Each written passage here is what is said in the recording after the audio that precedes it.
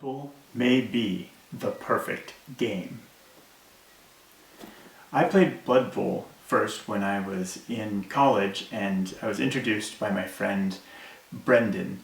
He played Skaven, I ended up playing Chaos, and we had a great time along with several of our other friends. So I was excited when this second season edition of Blood Bowl came out. I've missed a couple of editions and want to get back into the game. So I got this and I'm going to open it up. First, the box is heavy. There's a lot of stuff in here.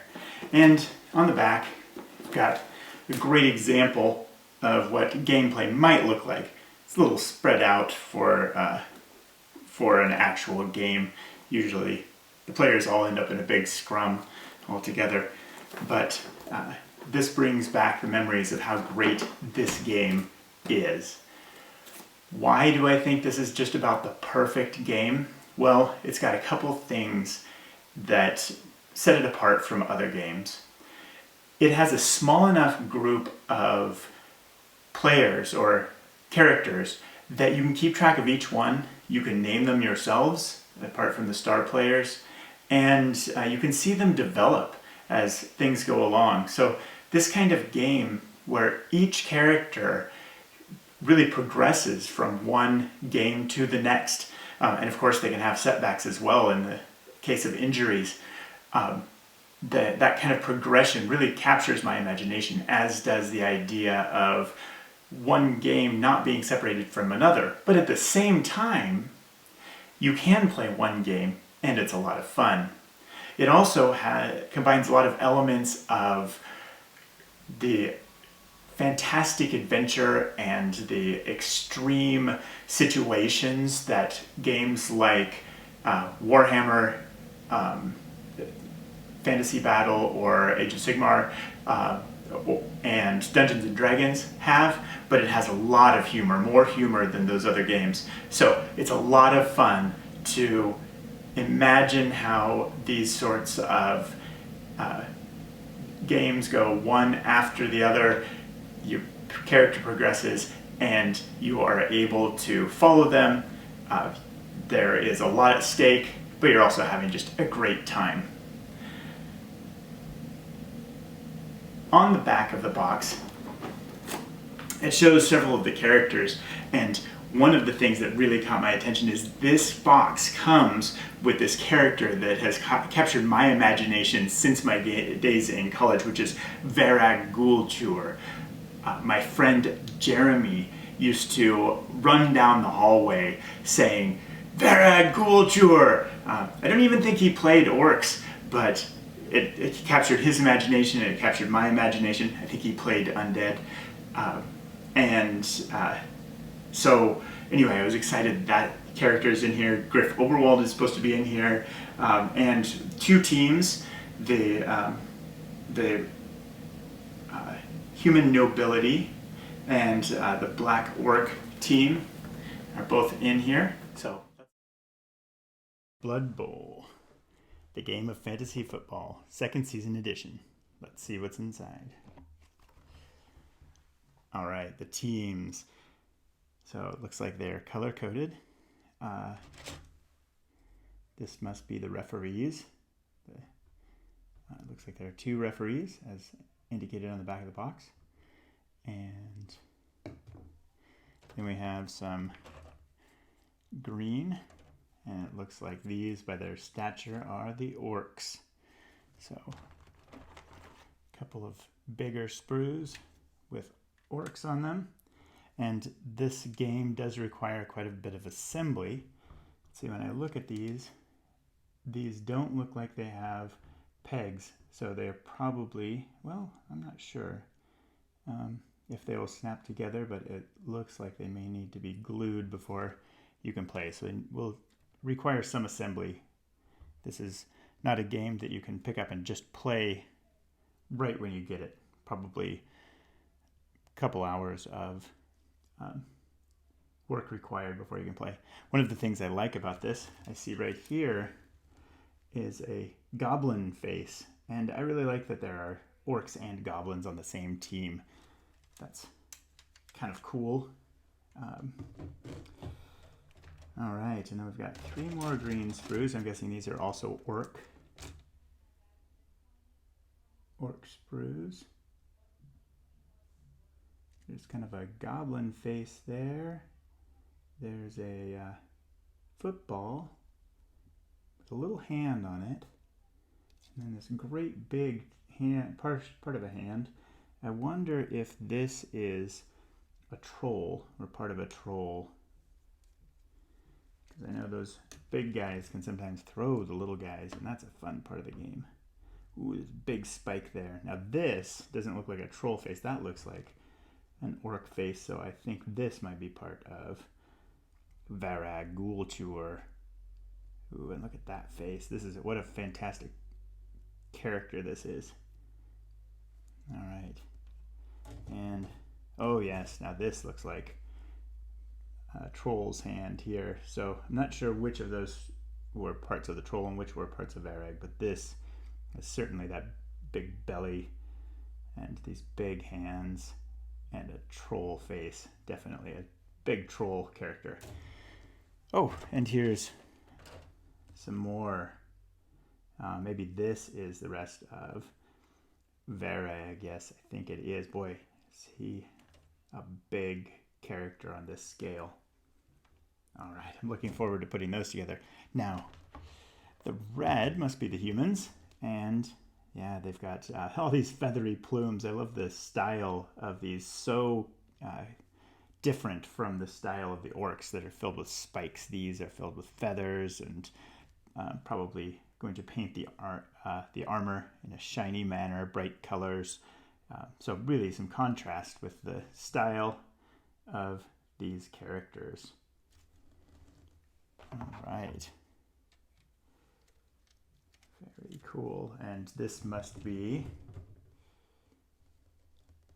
that star player, Griff Oberwald. I think I'm going to change his name for if I use him on my human team. Just have some thoughts about that. All right, and this looks like another big guy. Yeah, there's an ogre face. That looks like the backside of an ogre. Ogre belly. Ooh, kind of gruesome. So a little more similar in some ways to the orcs. So the orcs are not the only ones who are filled with spikes and aggressive sort of stylings. And then these are some of the markers.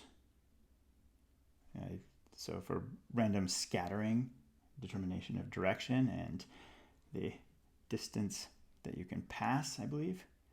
Yeah, 1, 2, 3, 4. Great.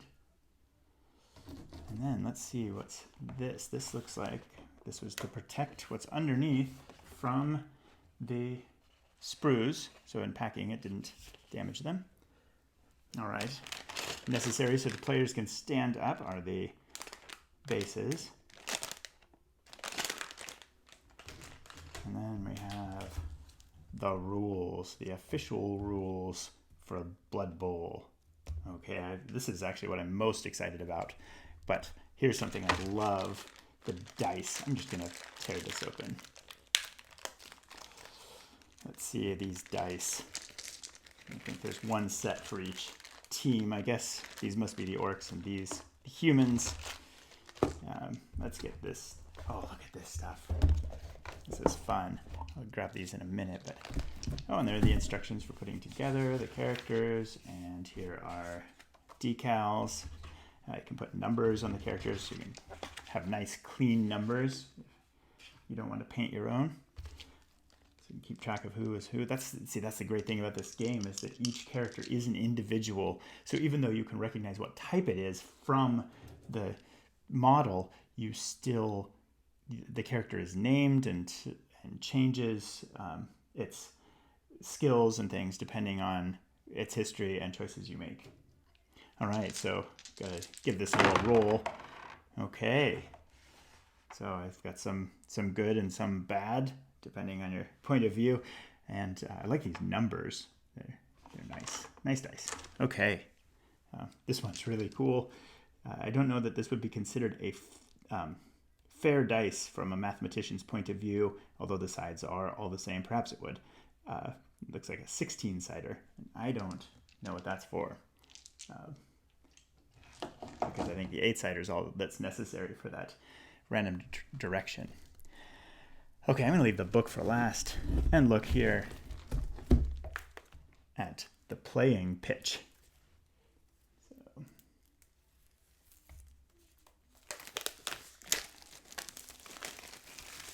all right. So, there is, I think, a dugout. So you can organize your characters. You can mark what play you're on, what turn it is. There are 2 of those, 1 for each team. And here is the playing board, and boy, it's massive. Oh, yes. Yeah, so it looks like it's 2-sided. We'll open up. This is big. All right. So this is such a fun game. It just encompasses so much imagination. All right, so there's the pitch, and then on the other side, of course, the alternate, instead of grass, we have stone. Imagine playing a game of rough and tumble football with a stone ground beneath you instead of soft dirt and grass. That's the kind of aesthetic of this game. Now for the real treat, the thing that guides our storytelling in the case of Blood Bowl, and that is the rules. So along with the rules came 2 cheat sheets that are nice thick pieces of paper that each player can use to remember sequence of events, costs of things, that sort of detail. All right, let's take a look in the book. So here, this is, I love this sort of just getting an idea for what's in the book, what's in the contents. There are all of these things that are, of course, important, but the sorts of things that we see in here give a real flavor for what the game is like. So we have things, all of these parts of the play, and there are sections called throwing other players and kicking them while they're down. And then, of course, after that, there's touchdown, but that may be even an afterthought. And that's actually one of the things I really love about this game that I didn't mention earlier, and that is that you can win the game by scoring more touchdowns, but you can also win the game in lots of other ways. And it isn't one of those things where you necessarily win the game in all of these other ways, but that you might win the game in lots of different ways. So maybe one player, their team scores the most touchdowns, and the other one causes the most mayhem and injury, and that might be the goal of both teams. And so it's one of those games where there really is something at stake. You really could lose the game. Your team could get beat up, and you could score fewer points, but there is a chance that both players can really walk away feeling like that was a cool story we told, and my team was successful in this measure or that measure, and that's really a fun thing in a game. So as we look through the game, there are a couple things that are really important. Here is the advancement table. And so as your characters earn star player points, they can get skills and attribute increases. And that's really fun to watch the progression. I remember I had a chaos blocker who gained agility and then ended up being my primary scoring player, and which of course built on itself because every time they scored, they got more star player points. So I can see this is a little different from the edition that I played many years ago, but this is a really fun aspect. And then, of course, one of the main things we want to look at are the teams, which are in the back of the book. And so to flesh out this world, we have all of these fantastic teams, and there are, of course, individual teams, but each team is divided by the species that makes up that team. So there are the black orc teams, and of course they include goblins, like the one that's the team that's in the box. There are the Chaos Chosen teams, similar to the team that I played many years ago. The Chaos Renegade team, which I'm not familiar with, but I'm excited to see there are a lot. It looks like a lot of options for that team. Dark Elf teams. I remember the Dark Elf teams were the fear of all other teams. I don't remember why, but I'm sure I'll find out if I get to play some. Dwarf teams. I remember my friend John played a terrific dwarf team. They were just unstoppable. They weren't fast, but you could not stop them. Elven Union teams. The different elves can come together.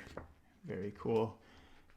Goblin teams. I love the antics of goblins, and I know there are some fantastic star players that can play for that team. Halfling teams.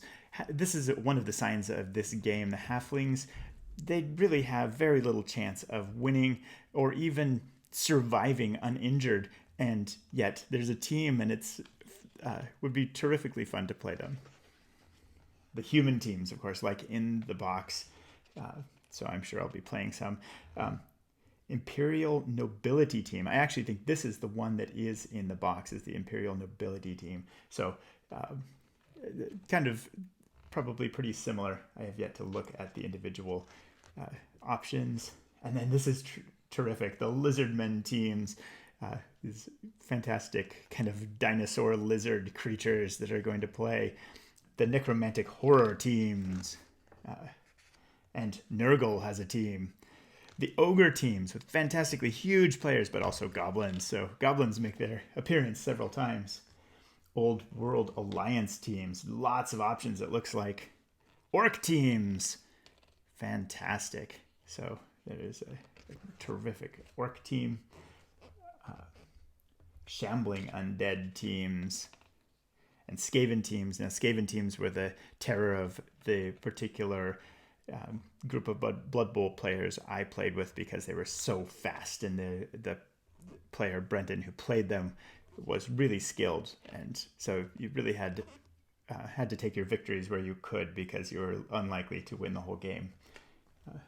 Snotling teams, what a ridiculously fun team! These little tiny, like miniature goblins almost, so even smaller than goblins. Really fun, and I think they can play more players than. I don't know the rules, but I've heard that they can play more players than a typical team. Underworld Denizens team. So there are all these teams, and here is the team that I think I am really excited to play, the Wood Elf team. This is the team that I really wanted to play, but I didn't many years ago, so now I'm excited to play. And then we have star players. I'm not going to go over all those now, but I do want to point out the one that I'm excited about, this Gloriel Summerbloom. Plays for the Wood Elf team, and I just think the aesthetic difference between some of these characters, she looks just joyful and athletic and beautiful, and then some of these other characters are just full of destruction. The great Morgenthau and Mighty Zug, they're just such characters of destruction, and so there's all of these things mixed together to play fun games. Blood Bowl is a fantastic game, or at least it used to be, and it looks like it still is. And I'm excited to find out how playing this edition of Blood Bowl feels. So I think this game looks like a fantastic way to get into Blood Bowl, or in my case, get back into Blood Bowl. So I would recommend it for somebody who is really into gaming and would like to explore this kind of ridiculous, fun, make-believe, violent football game, and to explore this world, even if it's their first time getting into the Warhammer world. It is a really fun introduction, and I think maybe the best of the games produced by the Warhammer, in the Warhammer world. I bought this game at a local game store, and it's one of the local game stores that supports the community of gamers, and these game stores are the centers of the gaming community. They're a great place for people to get together. And right now, they are most likely having a difficult time because it's easy to buy stuff online, and in some cases they can't be open or can't be open at full capacity. But many of them offer things like curbside pickup.